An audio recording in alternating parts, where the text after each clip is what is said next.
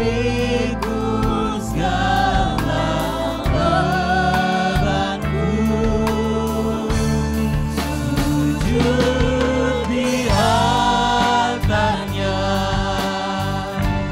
ku bawa hidupku, ku terima anugerahnya, Dia ampuniku dan bebaskanku. Dia ubah hidupku,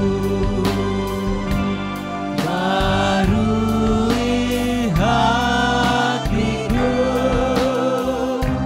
sesuatu terjadi saat datang di altarnya.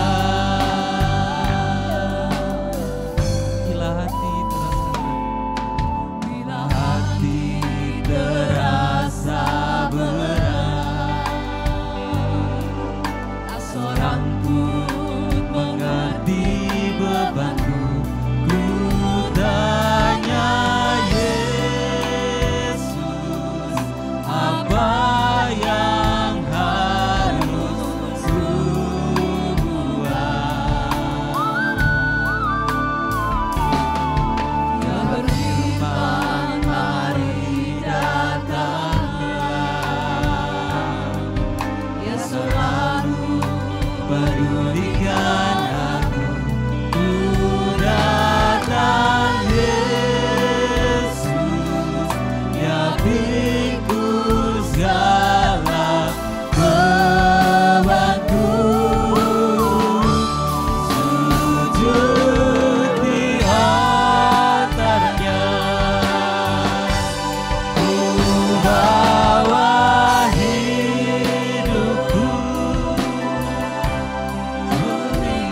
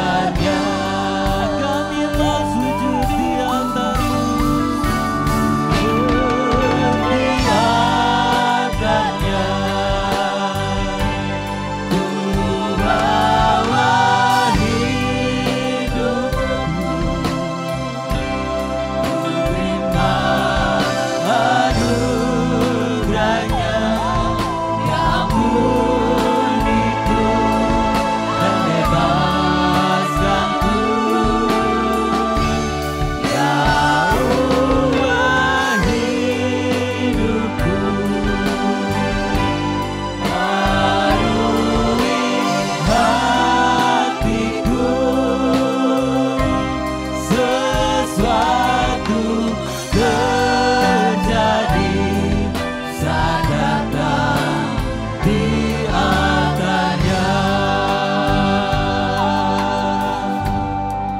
Bapa, sungguh kami bersyukur untuk hari ini. Terima kasih Tuhan. Sungguh Tuhan, kami mau datang ke altar-Mu. Ini setiap kami Tuhan, Kau jamah kami Tuhan. Kami siap untuk memuji dan memuliakan nama-Mu. Di dalam nama Tuhan Yesus, kami siap beribadah. Haleluya, amin. Saudaraku, mari kita masuk di dalam hadirat Tuhan dengan penuh sukacita, karena hari ini adalah hari yang telah dijadikan Tuhan.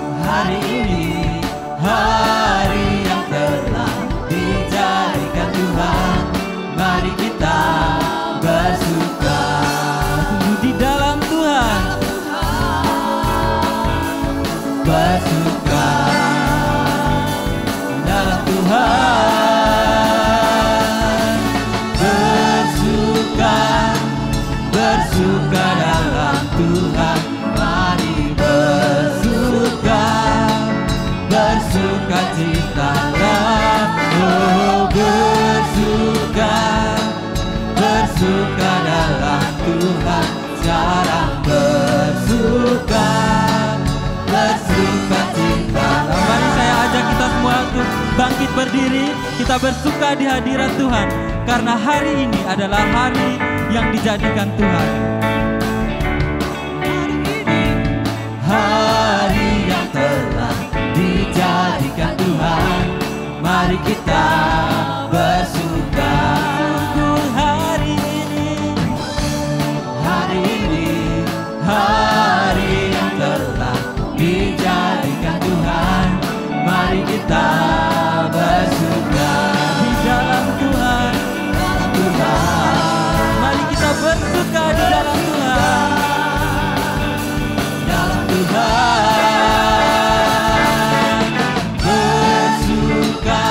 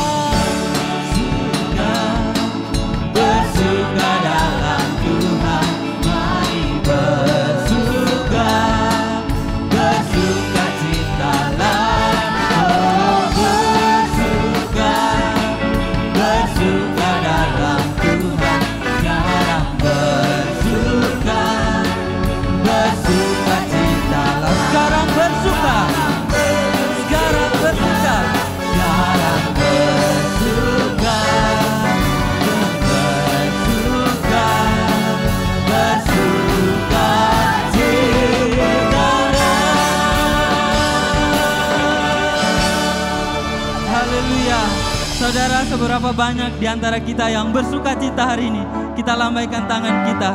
Karena Allah kita adalah Allah yang dahsyat. Nama Yesus adalah nama Yesus yang luar biasa.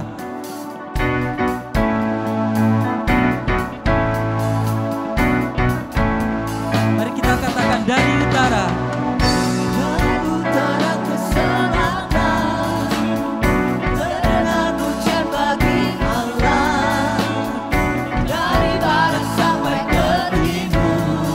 Nama Yesus disanjung tinggi.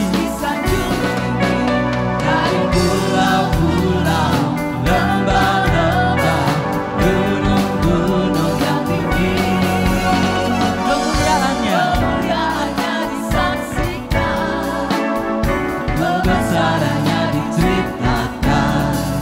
Yesus, Yesus, nama Yesus, nama Yesus disanjung tinggi. Dari pulau-pulau, lembah-lembah, gunung-gunung yang tinggi, lagu dahsyat berkuasa, seluruh bumi sujud menyembah. Tinggikan namamu Allah, ku dahsyat berkuasa, seluruh bumi sujud menyembah. Tinggikan namamu. Mari sama-sama katakan dari utara ke selatan. Dari utara ke selatan, terdengar pujian bagi Allah. Dari barat sampai ke timur, nama Yesus disanjung tinggi. Dari pulau-pulau, lembah-lembah, gunung-gunung yang tinggi, kemuliaannya disaksikan, kebesarannya diceritakan. Yesus, Yesus, nama Yesus, nama Yesus disanjung tinggi. Dari pulau-pulau, lembah-lembah, gunung-gunung yang tinggi, Allahku dahsyat berkuasa, seluruh bumi sujud menyembah. Tinggikan namamu Allahku dahsyat berkuasa, seluruh bumi sujud menyembah. Tinggikan namamu Allahku dahsyat berkuasa, seluruh bumi sujud menyembah. Tinggikan namamu Allahku dahsyat berkuasa, seluruh bumi sujud menyembah. Tinggikan namamu. Mari jemaat sendiri katakan dari utara ke selatan.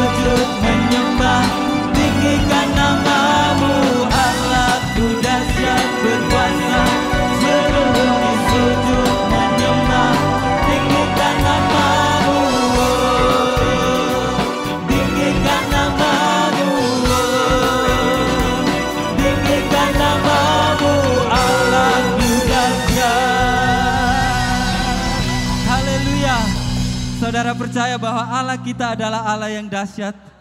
Kita bersyukur hari ini kalau kita masih diberi kesempatan untuk memuji Tuhan. Mari saat ini kita masuk di dalam hadirat Tuhan. Roma 12 ayat 1 berkata, karena itu, saudara-saudara, demi kemurahan Allah, aku menasihatkan kamu, supaya kamu mempersembahkan tubuhmu sebagai persembahan yang hidup, yang kudus dan yang berkenan kepada Allah.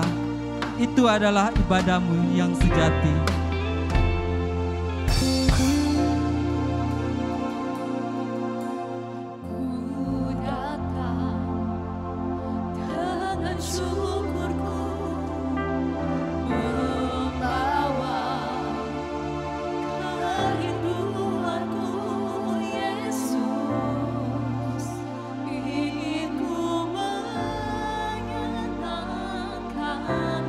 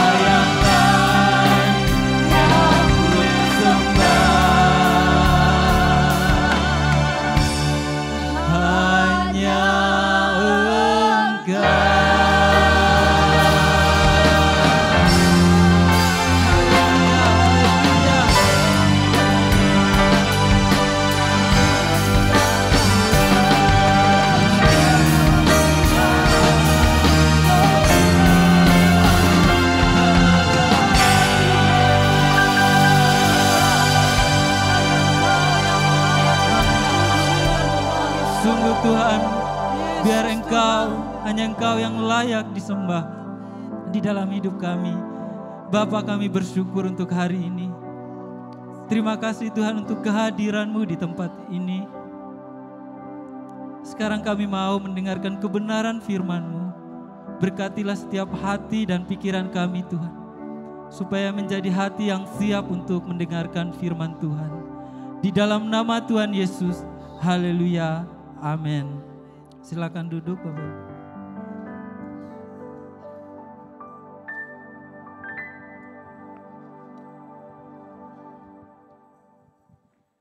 Shalom Bapak Ibu yang dikasihi Tuhan.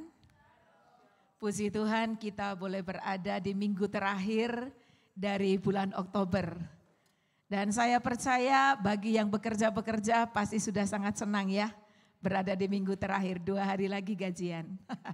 Haleluya. Tapi saya percaya kita semua tetap bersuka cita karena sebentar lagi kita akan masuk di bulan November. Luar biasa. Bulan November, habis November apa? Desember, Natalan, senang ya? Ya, puji Tuhan. Dan secara jemaat ya, IRC hari-hari ini sedang berjalan di Kisah Para Rasul ya. Kita sudah berada pada hari ini di Kisah Para Rasul pasal 18. Tentunya perjalanan dari Kisah Rasul 1 sampai 17 sudah kita pahami bagaimana Roh Kudus bekerja dengan luar biasa di dalam diri murid-murid. Dan secara khusus kita telah belajar mengenai Paulus ya. Bagaimana Tuhan bekerja lewat dia dan bagaimana Paulus ini dipakai Tuhan dengan luar biasa. Dan bagaimanapun Paulus itu dia adalah seorang yang kokoh dan kuat di dalam Tuhan. Sekalipun di dalam memberitakan Injil seringkali dia babak belur. Tetapi dia terus menjalankan itu. Mengapa? Nah ini ya, mengapa? Karena pertemuan dengan Tuhan itu membuat sebuah perubahan total di dalam diri seorang yang bernama Paulus ya. Perubahan total terjadi. Ada banyak orang telah menjadi orang Kristen. Dari kecil sudah jadi orang Kristen. Ikut Yesus, baca Alkitab. Firman Tuhan didengar setiap hari, bahkan mungkin di rumah pun dia membaca Alkitab setiap hari. Tetapi perubahannya tidak signifikan. Sangat berbeda dengan Rasul Paulus. Pertama kali ketemu dengan Tuhan Yesus dia diubahkan. Dan mulai saat itu dia ikut Yesus dengan sungguh-sungguh. Berbeda dengan orang zaman sekarang. Ya, orang zaman sekarang ikut Yesus untuk apa? Untuk dapat mujizat, supaya diberkati, usahanya diberkati. Salahkah itu? Tidak. Ya, tetapi ikut Yesus bukan hanya hal itu. Ikut Yesus adalah untuk hal yang lebih dari itu. Seperti yang telah dicontohkan dan telah diteladankan oleh Paulus. Paulus itu sama loh seperti kita. Manusia biasa. Saya tidak mau mencontohkan Tuhan Yesus karena Tuhan Yesus Allah dan manusia sejati. Tapi saya contohkan Rasul Paulus. Kenapa? Karena dia manusia sama seperti kita. Yang pada awalnya juga dikandung di dalam dosa. Lahir di dalam dosa. Hidupnya diubahkan oleh Tuhan. Pertemuan dengan Yesus menjadi titik balik yang luar biasa di dalam diri seorang Rasul Paulus. Dan di dalam menjalani hari-hari hidupnya, dia terus serius dengan Yesusnya dan serius di dalam panggilannya. Baiklah, kita akan lanjutkan hari ini dari Kisah Para Rasul pasal 18. Kita akan baca kembali perjalanan Rasul Paulus.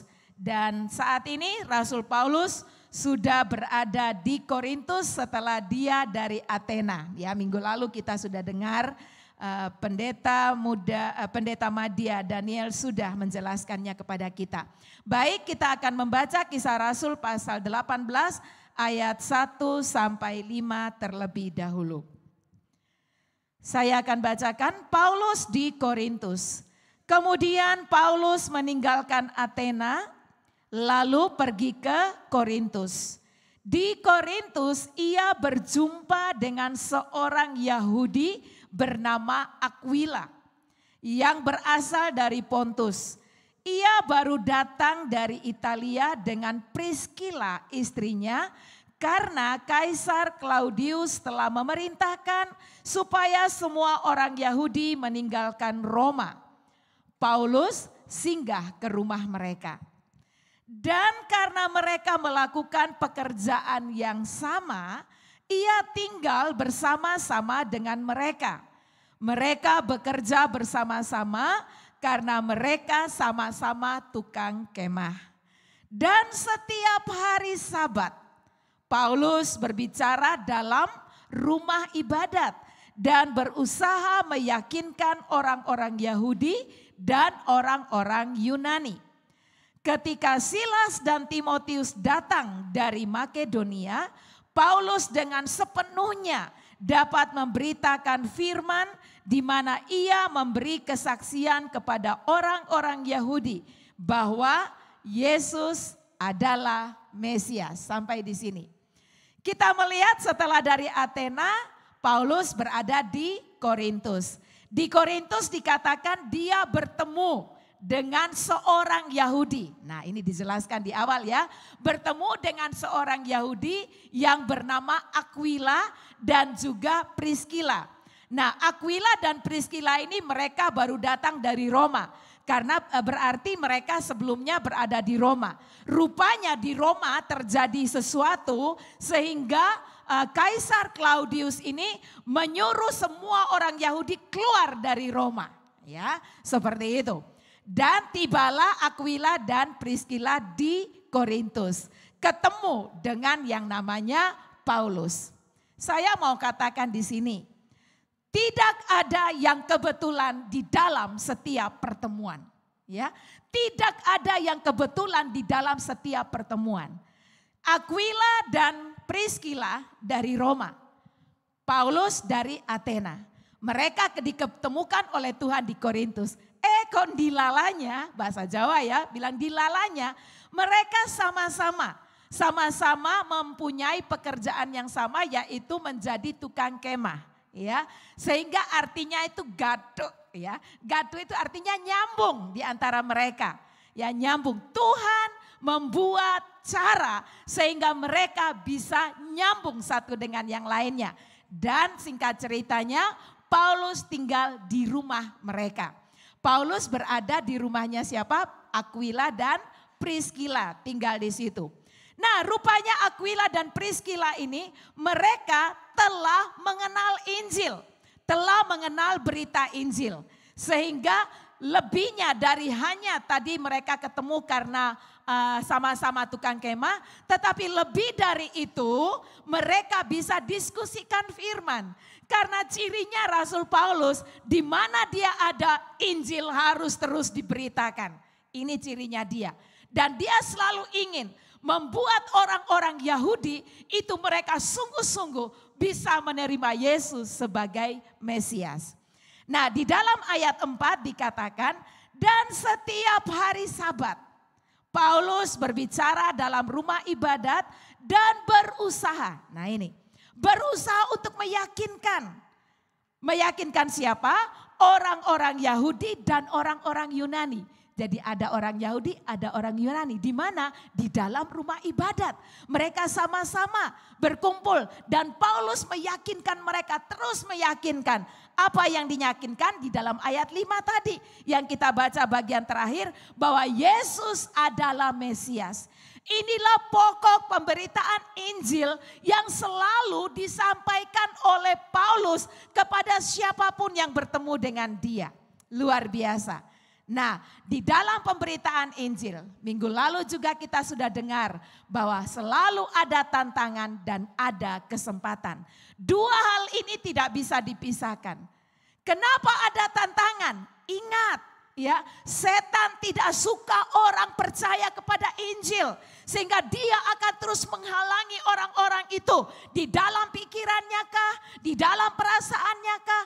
Itu selalu dihalangi. Dengan logika-logikanya kah? Mereka mulai membuat membuat berita-berita ataupun juga pengetahuan-pengetahuan mereka yang gak benar itu dibuat oleh setan sehingga menghalangi Injil itu masuk ke dalam hidup mereka. Tapi Roh Kudus tetaplah roh yang berkuasa, yang mampu untuk menolong. Di mana ada tantangan, ada kesempatan, tetap ada hasil.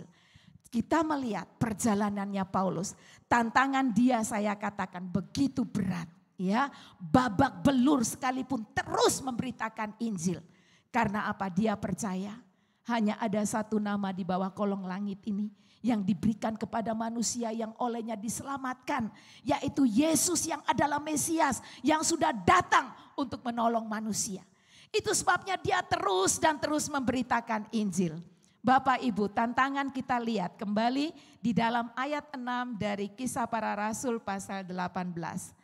Tetapi ketika orang-orang itu memusuhi dia dan menghujat, ia mengebaskan debu dari pakaiannya dan berkata kepada mereka, biarlah darahmu tertumpah ke atas kepalamu sendiri.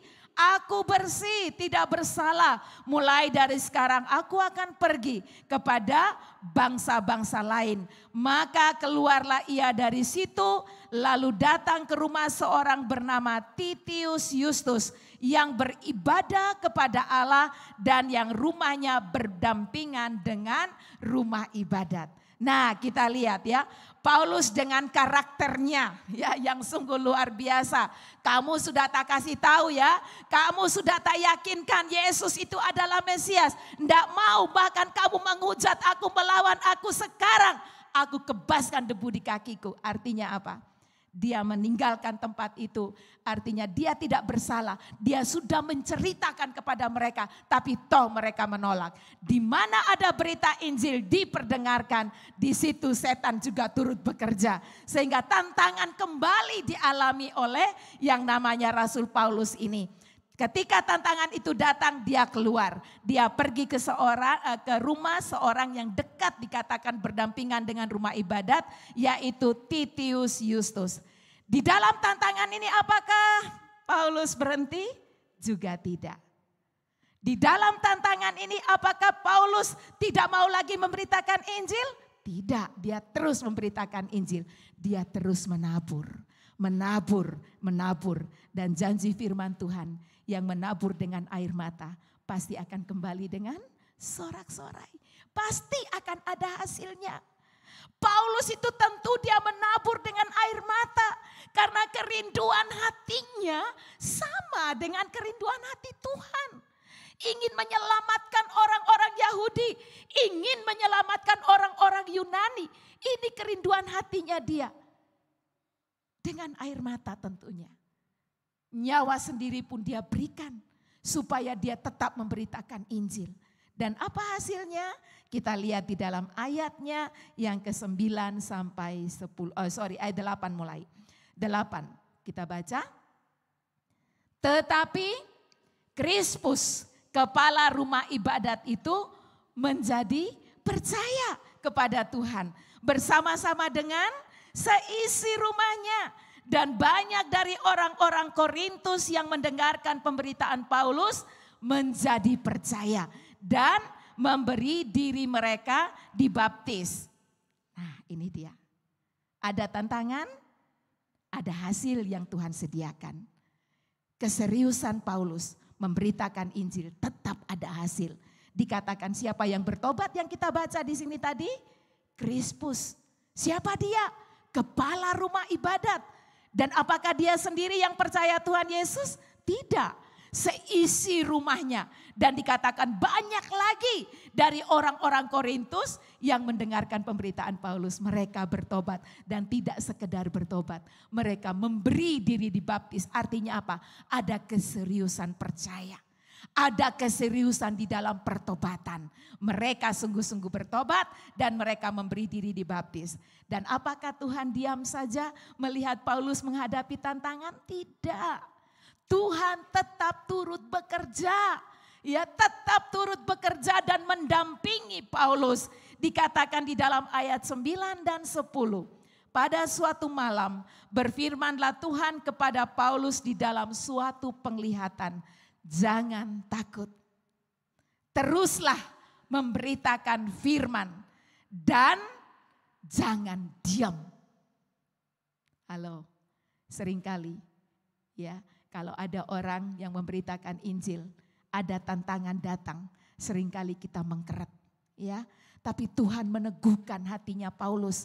Dia berkata kepada Paulus, tadi kan dia sudah mangkel toh ya, dia mau keluar dari itu.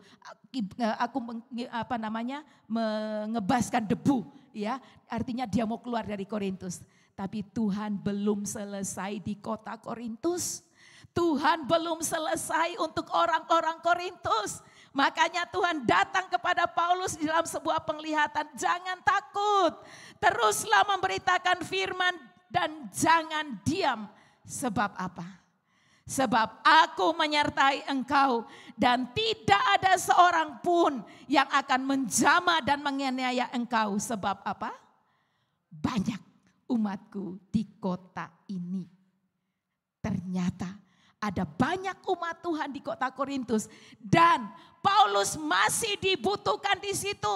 Karena itu Tuhan berkata kepadanya, jangan diam, jangan takut, terus memberitakan firman dan jaminan yang pasti Tuhan menyertai dia. Bagi orang yang serius memberitakan Injil, Tuhan tidak akan biarkan dia sendirian. Matius 28 itu digenapi, ya, digenapi. Aku menyertai engkau sampai kepada kesudahan alam. Paulus mendapatkan jaminan ini. Dia semakin bersemangat tentunya di dalam memberitakan Injil. Makanya dikatakan di dalam ayat 11, maka tinggallah Paulus di situ selama berapa? 1 tahun 6 bulan. Dan ia mengajarkan firman Allah di tengah-tengah mereka. Ya, 1 tahun 6 bulan dia tinggal bersama dengan siapa? Aquila dan Priscilla, ya. Aquila dan Priscilla selalu berada bersama-sama dengan Paulus di dalam rumah ibadat. Dia tentunya mendengarkan Paulus berbicara. Dan dua orang ini adalah pasangan yang luar biasa. Mereka berdua sungguh-sungguh cinta Tuhan. Mereka mendukung Paulus. Mereka bersama-sama dengan Paulus ketika berada di dalam rumah ibadat. Tentunya mereka juga serius mendengarkan apa yang Paulus beritakan ini. Nanti kita lihat apa akibat daripada keseriusan mereka itu. Mereka makin didewasakan di dalam Tuhan. Tantangan buat kita jemaat Tuhan zaman sekarang. Ya, ketika kita mendengarkan firman Tuhan, ketika kita berada di dalam rumah ibadah, apa yang kita lakukan? Seriuskah kita di dalam beribadah? Seriuskah kita di dalam mendengarkan firman Tuhan? Kalau serius, pasti ada hasilnya. Karena firman Tuhan berkata apa? Firmanku tidak akan pernah kembali dengan sia-sia. Dia akan melakukan apa yang ku mau, kata Tuhan. Apa yang ku kehendaki, dia akan melaksanakan itu. Pasti akan ada perubahan. Saudara, sejenak saya ajak kita koreksi diri. Sejauh mana perubahan saya di dalam Tuhan. Sejauh mana keseriusan saya di dalam Tuhan. Sejauh mana kedewasaan saya di dalam Tuhan. Aquila dan Priscilla, mereka sungguh-sungguh didewasakan. Kehadiran Paulus di dalam rumah mereka itu tidak disia-siakan oleh mereka. Mereka tetap mengerjakan pekerjaannya sebagai tukang tenda, tukang kemah. Tapi mereka juga tetap punya waktu untuk mereka boleh belajar bersama-sama dengan Paulus. Mereka tidak menyia-nyiakan kesempatan itu. Kalau zaman sekarang gimana? Kalau diajak, ayo kita belajar firman. Cukuplah seminggu sekali aja. Sudah kok ke gereja hari Minggu. Diajak PA loh, ya. 1 jam saja. Udahlah di gereja sudah. Kita tidak punya kerinduan untuk bertumbuh. Kita tidak punya kerinduan untuk makin didewasakan di dalam Tuhan. Mungkin kita merasa aku sudah bisa. Saudara, firman Tuhan ini tetap sama loh. Ya, dari dulu setelah dicetak untuk kita tetap, ya, kita terus menggalinya. Ya, kita mendengar dari pendeta Madia Daniel, dia berkata apa? Satu ayat dia bisa mendapatkan hal-hal yang baru dari Tuhan itu selama beberapa hari. Mau 1 minggu atau berapa hari waktu itu. Satu ayat kok bisa? Bapak Ibu, firman Tuhan selalu baru artinya buat kita kalau kita berusaha untuk menggalinya, untuk merenungkannya. Saya kembali ke Aquila dan Priscilla. Mereka menjadi orang-orang yang dewasa di dalam Tuhan. Dan tidak cukup setelah dewasa ya wes lah. Aku udah dewasa dalam Tuhan, sudah nyaman lah gitu ya. Aku udah pasti selamat, ya sudahlah. Tidak. Mereka ini adalah orang-orang yang luar biasa. Nah, kembali ke Kisah Para Rasul pasal 18. Di dalam ayat 12 sampai ayatnya yang ke-17, orang-orang yang musuhi Paulus tadi, orang-orang Yahudi itu, mereka itu enggak terima. Mereka ingin sekarang ini membawa Paulus ke hadapan para pembesar-pembesar. Ya, lalu mereka datang menghadap dan singkat ceritanya mereka ditolak oleh pembesar ini yang bernama Galio ini. Ya, mereka ditolak. Kenapa? Galio tidak mau berurusan dengan urusan-urusan hukum agama kamu dan sebagainya. Akhirnya orang-orang yang datang untuk melapor itu mereka diusir dari situ. Saya tidak fokus di sana. Saya lanjutkan ke ayat 18 dari Kisah Rasul pasal 18. Jadi setelah 1 tahun 6 bulan ini ya, Paulus akan kembali ke Antioquia. Kita baca ayat 18. Paulus tinggal beberapa hari lagi di Korintus, lalu ia minta diri kepada saudara-saudara di situ dan berlayar kemana? Ke Syria. Ya, dia akan menuju ke Antioquia, dia ke Syria. Sesudah ia mencukur rambutnya di Krengkea. Jadi tadinya kan dia nasar, dia mengebaskan debu di kakinya dan dia akan meninggalkan Korintus. Dan bagi dia nasar itu adalah suatu janji yang dia berikan kepada Tuhan. Dia rupanya tidak potong rambutnya. Ya, dia orang yang punya nasar atau nasir itu seperti itu. Rambutnya tidak dipotong. Jadi kita bayangkan selama 1 tahun 6 bulan rambutnya Paulus seperti apa ya. Wes gak usah dibayangkan itu. Yang penting sekarang ya. Oke, dia memotong rambutnya di Kenkrea karena ia telah bernasar. Priscilla dan Aquila apa? Halo. Ya, Priscilla dan Aquila menyertai dia. Bapak Ibu di dalam penulisan Alkitab. Ya, kalau yang awal kita lihat ya pada saat Paulus bertemu nama siapa yang ditulis duluan? Aquila dan Priscilla. Ini sangat berarti di dalam penulisan di dalam Alkitab. Nama yang awal itu diutamakan menjadi yang dominan. Tapi kita lihat di dalam ayat 18 ini nama siapa yang duluan? Priscilla. Rupanya Priscilla ini mulai balap Aquila, ya. Pertumbuhan rohani mereka itu mereka berdua sama-sama berlomba, tetapi lombanya lomba yang benar. Lomba di dalam Tuhan, ya. Dominan dia di dalam Tuhan. Tetapi mereka tetap berdua, ya. Mereka Aquila tidak gini, Priscilla sudah lebih dulu dari aku. Kau duluan sudah, aku tak tinggal. Enggak. Mereka tetap berdua. Priscilla dan Aquila menyertai dia. Kita lanjut baca.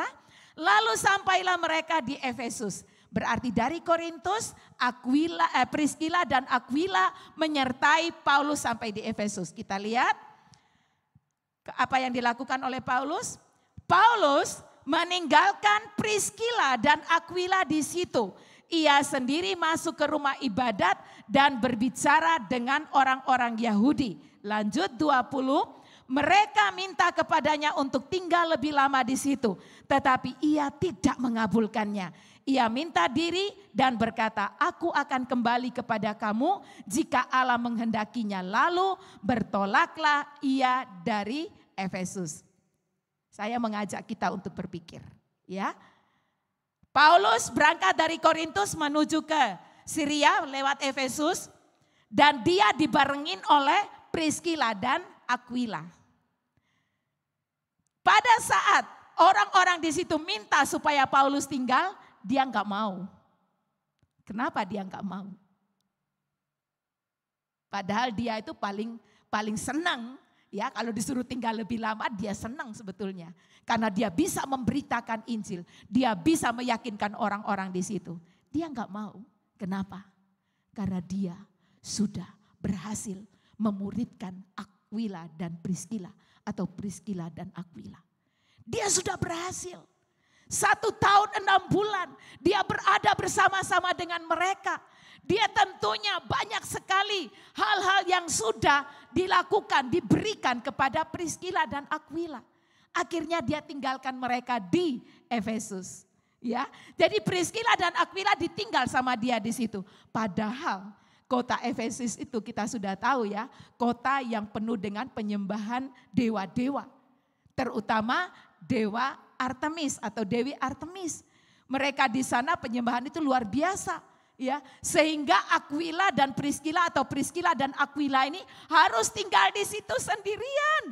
Berdua mereka harus ada di dalam jemaat ini. Ya, mereka harus ada di kota Efesus.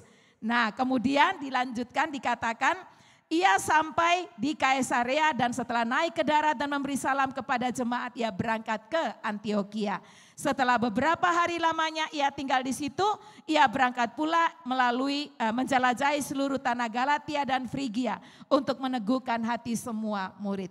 Saya membayangkan betapa Priscilla dan Aquila mendapat banyak tantangan di Efesus. Ya, mendapat banyak tantangan. Karena orang-orang di situ orang-orang yang ahli-ahli pikir, ya. Tentu akan terjadi banyak perdebatan. Memang tidak dituliskan, ya. Memang tidak dituliskan. Tapi saya bisa bayangkan, wong Paulus aja loh seperti itu, apalagi Priscilla dan Aquila gitu ya. Oh ya, saya mau kasih tahu, Priscilla dan Aquila itu bukan rasul, bukan diaken, ya, bukan full timer, bukan. Mereka itu awam, jemaat biasa kayak kita gini, ya, jemaat biasa, tapi punya hati cinta Tuhan, ya, punya hati yang cinta Tuhan. Oke. Nah, selanjutnya ketika Paulus meninggalkan Efesus, ada yang datang masuk ke Efesus, yaitu yang namanya Apolos. Kita lanjut di ayat 24 sampai 26. Sementara itu datanglah ke Efesus seorang Yahudi bernama Apolos yang berasal dari Alexandria. Alexandria ini Mesir, ya, di mana kota itu adalah kota di mana orang-orang kalau belajar itu pengetahuan banyak, hebat sekali ya. Dan Apolos ini dia orang seperti itu. Kita baca, ia seorang yang fasih berbicara. Wow, komunikasinya top ini ya. Dia pintar bicara dan sangat mahir, ya. Perhatikan kata-kata sangat mahir. Sangat mahir dalam soal-soal kitab suci. Ia telah menerima pengajaran dalam jalan Tuhan, artinya sudah mendengar Injil, sudah percaya kepada Yesus ya. Dengan bersemangat, wow, orang muda ini ya. Dengan bersemangat ia berbicara dan dengan teliti. Nah, orang komunikasi itu pinter nih ya. Dengan teliti ia mengajar tentang Yesus, berarti orang pinter banget ini. Tetapi ia hanya mengetahui baptisan Yohanes. Baptisan Yohanes itu baptisan apa? Kita udah belajar ini. Baptisan pertobatan, ya. Baptisan Yohanes. Dia hanya tahu sampai di situ aja, tetapi dia sudah semangatnya luar biasa. Dan lihat, di situ ada siapa nanti ya? Ayat 26. Ia mulai mengajar dengan berani di rumah ibadat. Tetapi baca keras. Setelah Priscilla dan Aquila mendengarnya, mereka membawa dia ke rumah mereka dan dengan teliti menjelaskan kepadanya jalan Allah. Perhatikan baik-baik. Saya katakan tadi Priscilla dan Aquila orang jemaat biasa. Siapa Apolos? Orang top. Pengetahuannya oke banget. Pintar ngomong, ya, fasih berbicara, terus mahir dalam kitab-kitab suci, berarti kan jago banget gitu ya. Seorang yang jago, kalau boleh saya umpamakan dengan keadaan sekarang, seorang teolog dia, ya, lulusan sekolah Alkitab mungkin sudah S3 gitu ya, luar biasa, ya. Dan apa yang dilakukan oleh Priscilla dan Aquila jemaat biasa ini tadi? Jemaat awam ini, mereka dengan serius mendengarkan pengajaran yang dilakukan, yang disampaikan oleh Apolos. Lalu mereka melihat ada kurangnya. Loh iki, ya toh? Kok tahu ada kurangnya? Kalau mereka tidak serius di dalam belajar firman, mereka tidak tahu kurangnya. Ya terima gitu aja. Dan mereka adalah orang yang sangat santun. Pada saat Apolos menyampaikan itu, mereka tahu ada kurang, mereka tidak langsung angkat tangan. Stop, kurang. Enggak. Sangat santun. Apa yang mereka lakukan? Mereka undang Apolos, ayo ke rumah. Lalu di rumah mereka apa yang dilakukan oleh mereka berdua? Dengan teliti, perhatikan ya, dengan teliti menjelaskan kepadanya jalan Allah. Pemuritan yang dilakukan oleh Paulus kepada Priskila dan Aquila berhasil. Ya, mereka bisa menjelaskan kepada seorang yang pintar. Dan saya melihat pula kerendahan hati dari seorang Apolos. Sangat rendah hati. Dia menerima itu. Dan ini nanti akan menjadi bekal buat Apolos untuk melanjutkan pemberitaan Injil yang akan dilakukannya. Luar biasa ya, Aquila dan Priskila ini. Priskila dan Aquila. Oke, 27. Kita akan baca sampai 28. Karena Apolos ingin menyeberang ke Akaya, saudara-saudara di Efesus mengirim surat kepada murid-murid di situ supaya mereka menyambut dia. Setibanya di Akaya, maka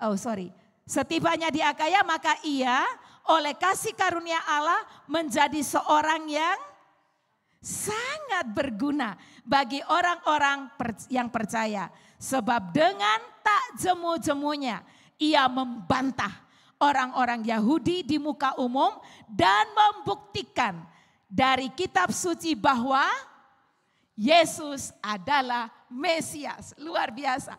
Jadi apa yang dilakukan oleh Priskila dan Aquila ini benar-benar jempol, ya.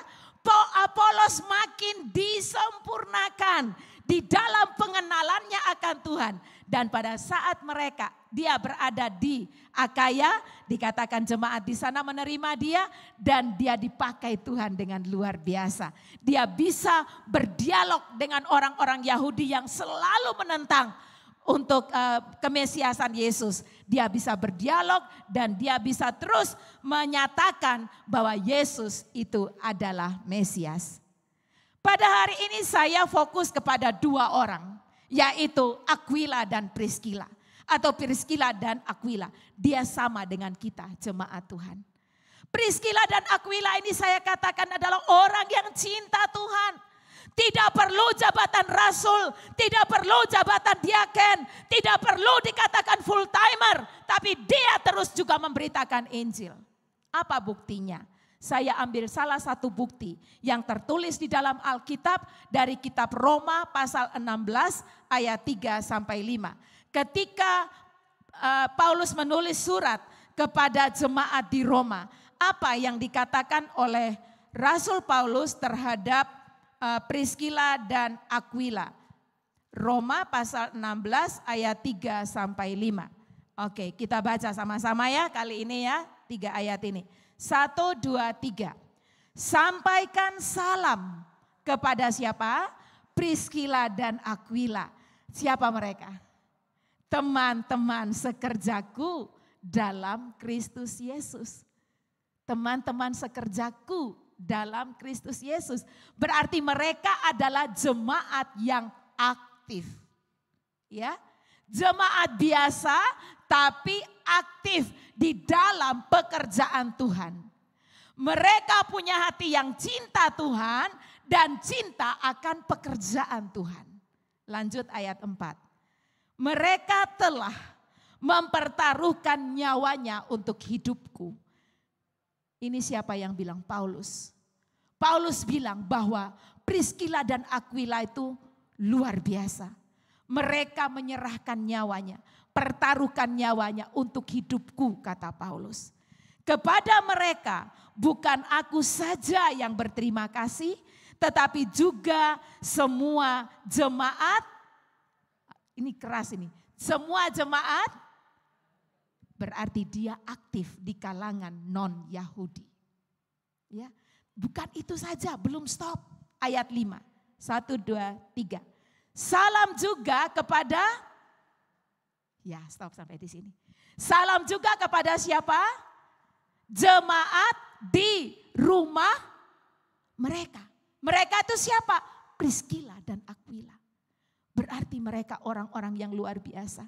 Seandainya saja jemaat Tuhan seperti Priscilla dan Aquila, luar biasa senangnya Tuhan Yesus dari surga melihat ada begitu banyak orang yang bisa diselamatkan oleh kehidupan jemaat yang cinta Tuhan dan cinta pekerjaan Tuhan.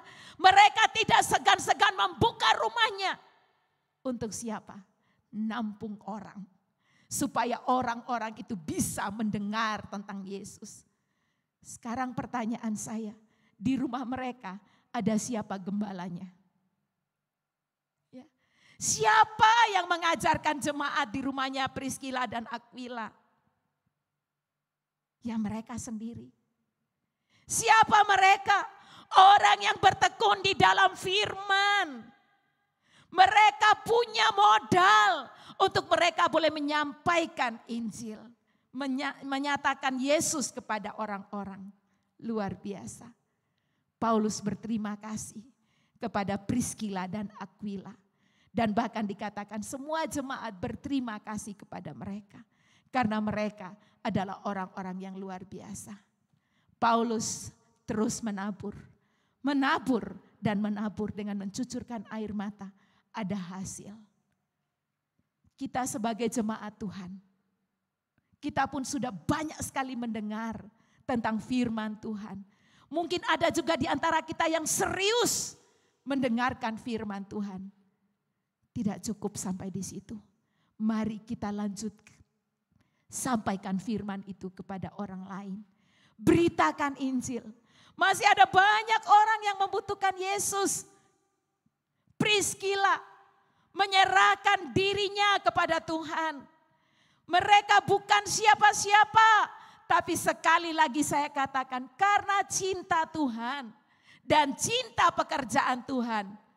Mereka mau berkorban. Ya.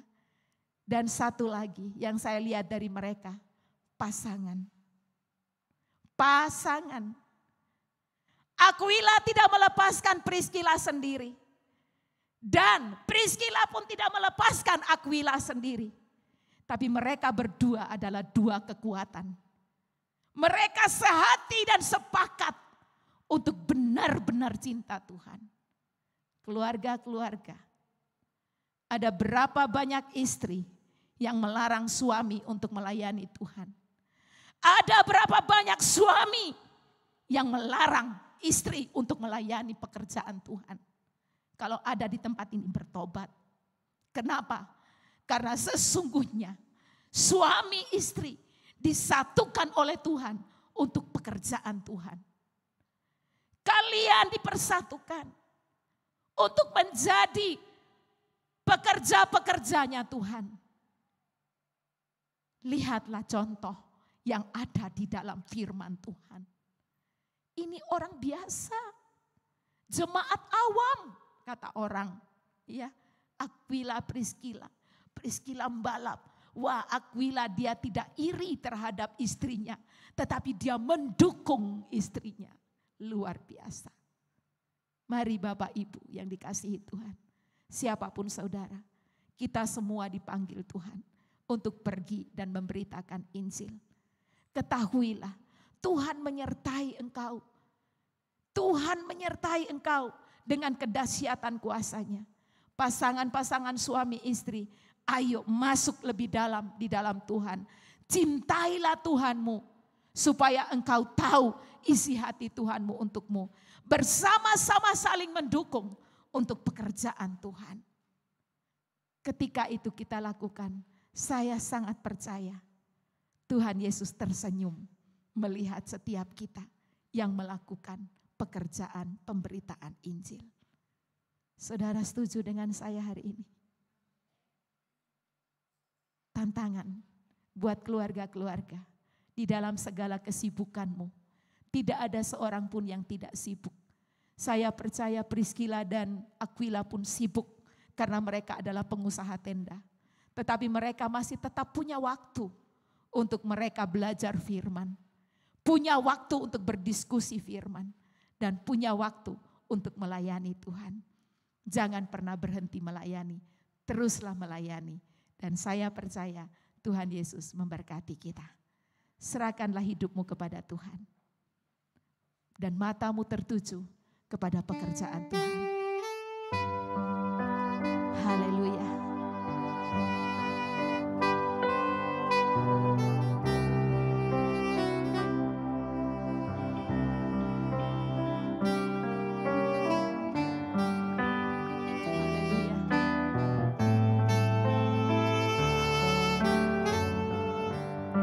Mataku tertuju padamu Tuhan. Mataku tertuju padamu, segenap hidupku ku serahkan padamu. Bimbing aku Tuhan. Bimbing aku masuk rencana-Mu. Aku mau membesarkan kerajaan-Mu. Ku membesarkan kerajaan-Mu. Ku mau mengikuti kehendak-Mu ya Bapa. Ku mau selalu menyenangkan hati-Mu. Yang serius mau, mari kita bangkit berdiri dan kita katakan bersama. Sungguh Tuhan, kini mataku terbuka, tertuju kepadamu. Ini hidupku Tuhan. Segenap hidupku ku serahkan padamu. Bimbing aku. Bimbing aku. Aku mau masuk di dalam rencana-Mu. Masuk rencana-Mu.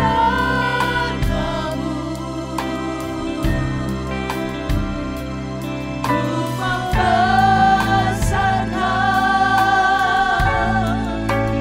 kerajaan-Mu. Ku mau mengikuti kehendak-Mu ya Bapa. Ku mau selalu menyenangkan hati-Mu. Ku mau mengikuti kehendak-Mu. Mengikuti kehendak-Mu ya Bapa. Ku mau selalu menyenangkan hati-Mu. Ku mau mengikuti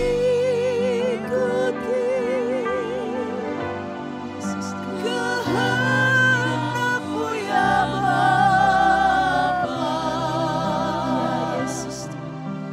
Ku mau selalu menyenangkan hati-Mu.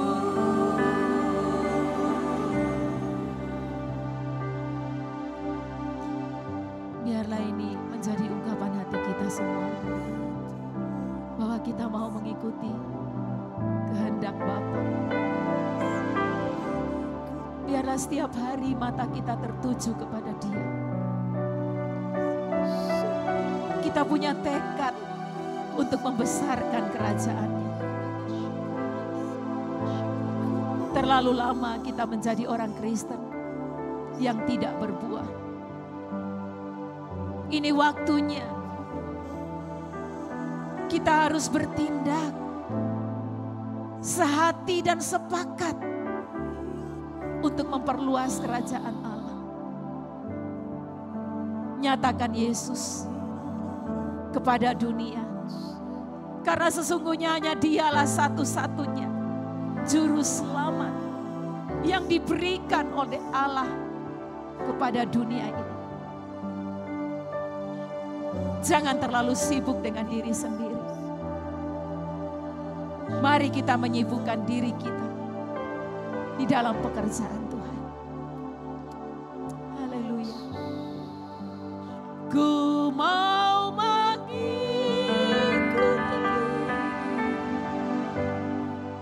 kehendak-Mu ya Bapa.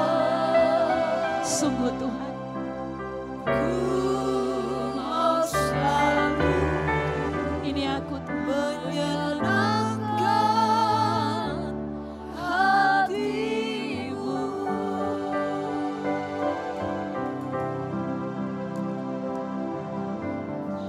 Tuhan adalah pemilik hidupmu, maka biarlah sungguh Engkau tahu itu dan Engkau mau mempergunakan hidupmu untuk memuliakan Tuhan. Haleluya, mari angkat tanganmu.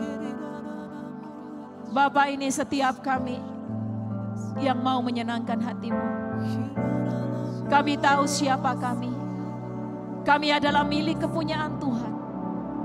Maka biarlah hidup kami ini kami gunakan untuk kemuliaan nama-Mu. Tuhan, ini setiap anak-anak-Mu. Biarlah Roh Kudus dicurahkan di dalam hidup setiap kami. Sehingga ada api kobaran di dalam diri kami untuk pergi memberitakan Injil. Biarlah Roh Kudus juga yang mengubah hidup kami. Untuk kami makin indah di dalam pemandangan Tuhan. Jika ada di antara kami pagi ini yang masih hidup di dalam dosa, kami tahu dosa tidak akan bisa membuat kami makin maju. Dosa akan menghambat hidup kami. Karena itu di dalam nama Tuhan Yesus, kami hancurkan dan kami patahkan setiap belenggu dosa yang mengikat kami dalam nama Tuhan Yesus. Dan dengan tekad kami mau katakan, kami mau hidup benar di hadapan Tuhan. Supaya hidup kami boleh memancarkan kebenaran. Hidup kami bisa menuntun orang masuk ke dalam kebenaran. Terima kasih Bapa, terima kasih. Terima kasih Tuhan. Terima kasih. Dalam nama Tuhan Yesus, hamba-Mu memberkati setiap jemaat-Mu. Haleluya. Amin. Silakan duduk jemaat.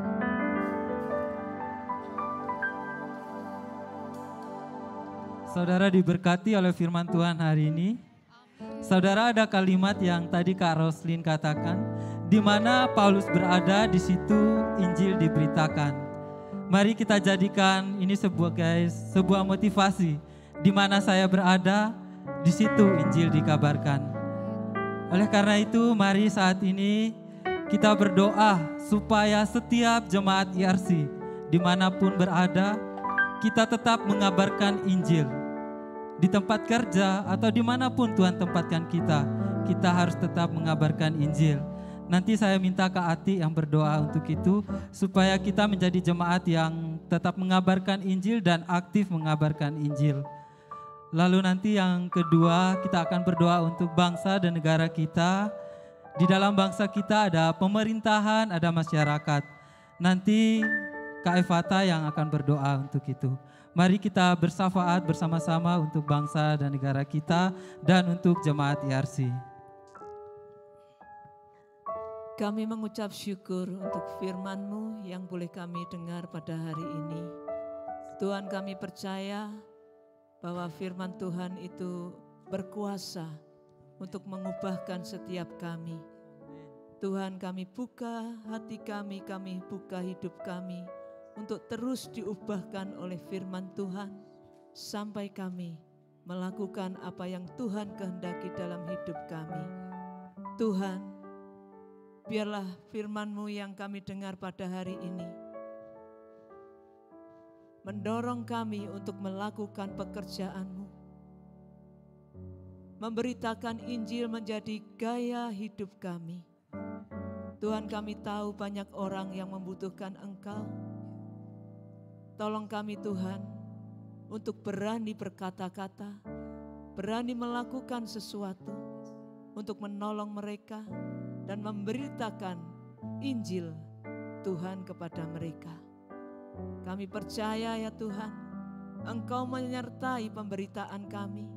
Engkau menyertai ucapan-ucapan yang kami akan katakan kepada mereka.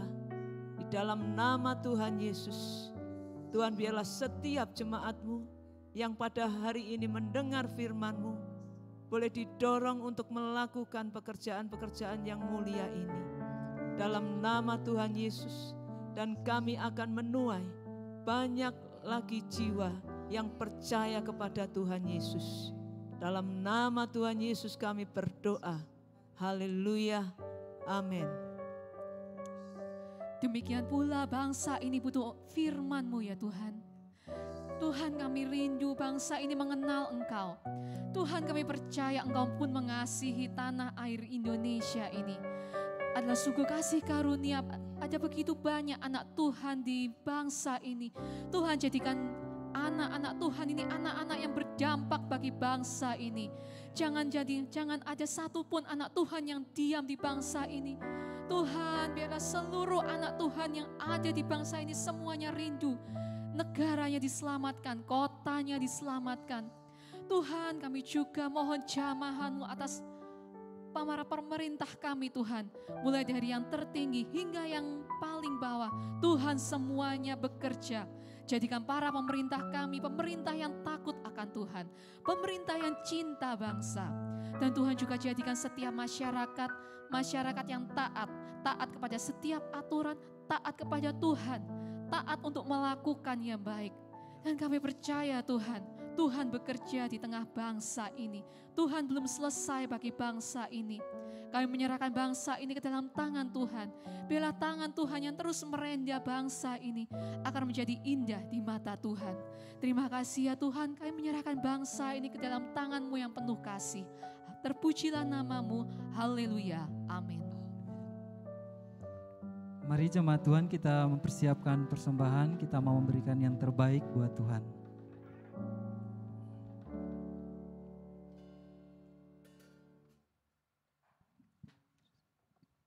Bapak, saat ini kami membawa persembahan kami. Biarlah apa yang kami berikan, kami mengucap syukur Tuhan. Biarlah Engkau Tuhan disenangkan. Di dalam nama Tuhan Yesus, haleluya, amin. Ku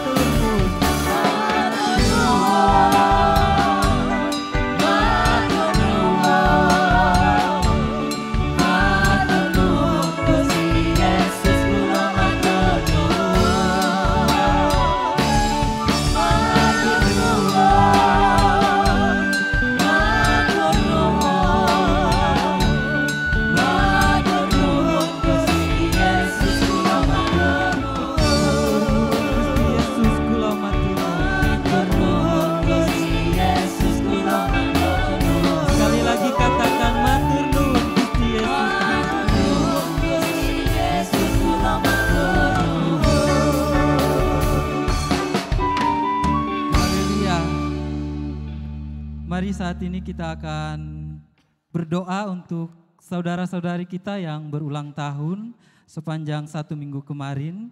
Nanti Kak Ade akan berdoa buat kita. Selamat ulang tahun.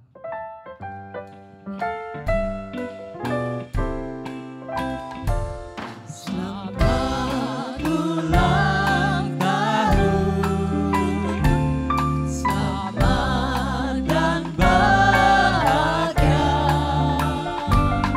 Kiranya Tuhan memberkati selamat panjang umur. Bersama-sama dengan saudara kami mengucap syukur Tuhan untuk mereka yang berulang tahun, baik yang berulang tahun pernikahan. Tuhan, Engkau yang memberkati mereka, membawa mereka untuk lebih lagi cinta akan Tuhan. Dan biarlah juga di usianya yang baru, mereka boleh lebih lagi untuk mengandalkan Tuhan dan lebih cinta Tuhan, sehingga dimanapun mereka berada, mereka juga boleh mengabarkan Injil kebenaran. Buat saudara-saudara kami yang merayakan ulang tahun pernikahan, kiranya juga Engkau memberkati rumah tangga mereka. Biarlah di dalam kehidupan rumah tangga mereka ada Yesus di tengah-tengah mereka. Terima kasih Bapa, kami bersyukur buat saudara-saudara kami yang berulang tahun. Haleluya, amin. Mari saya ajak kita semua untuk bangkit berdiri, kita akan menerima berkat Tuhan.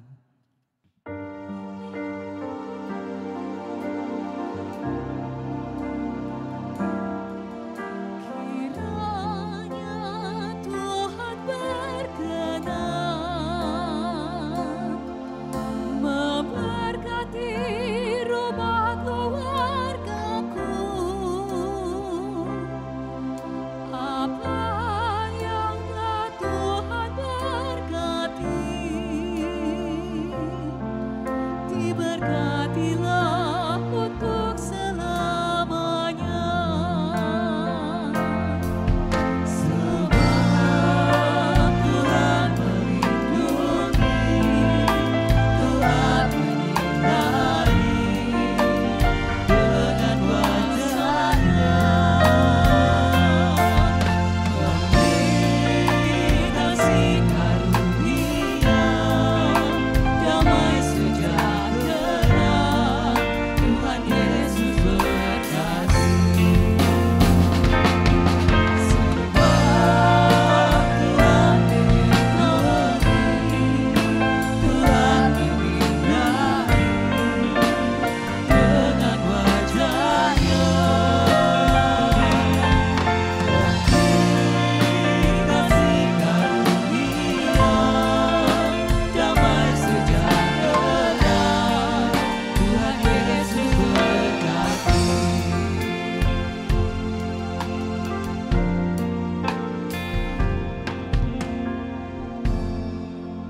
Bapak, di akhir dari ibadah kami pada hari ini, kami berdoa memberkati setiap saudara-saudara kami yang telah hadir dan mengikuti ibadah bersama kami pada hari ini.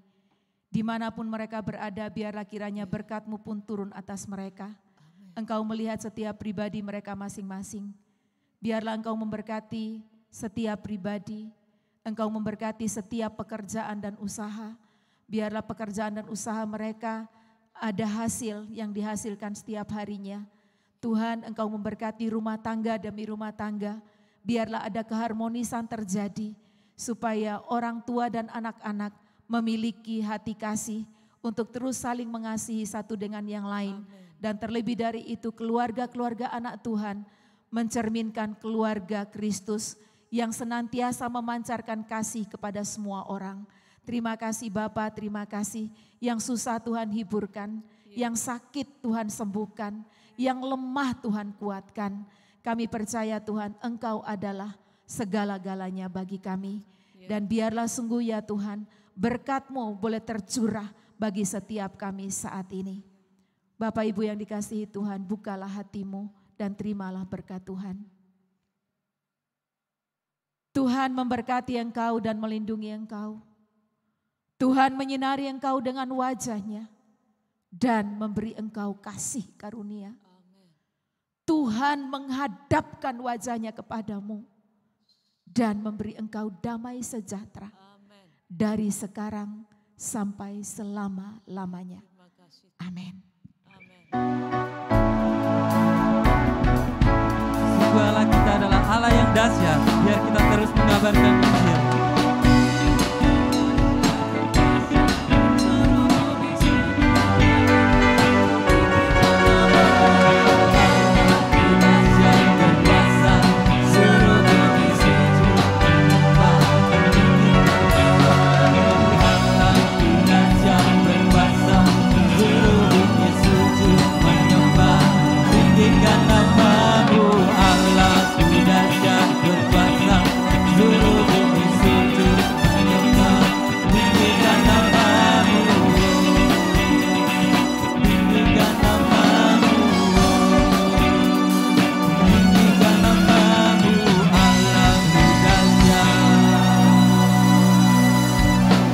Selamat hari Minggu, Tuhan Yesus memberkati.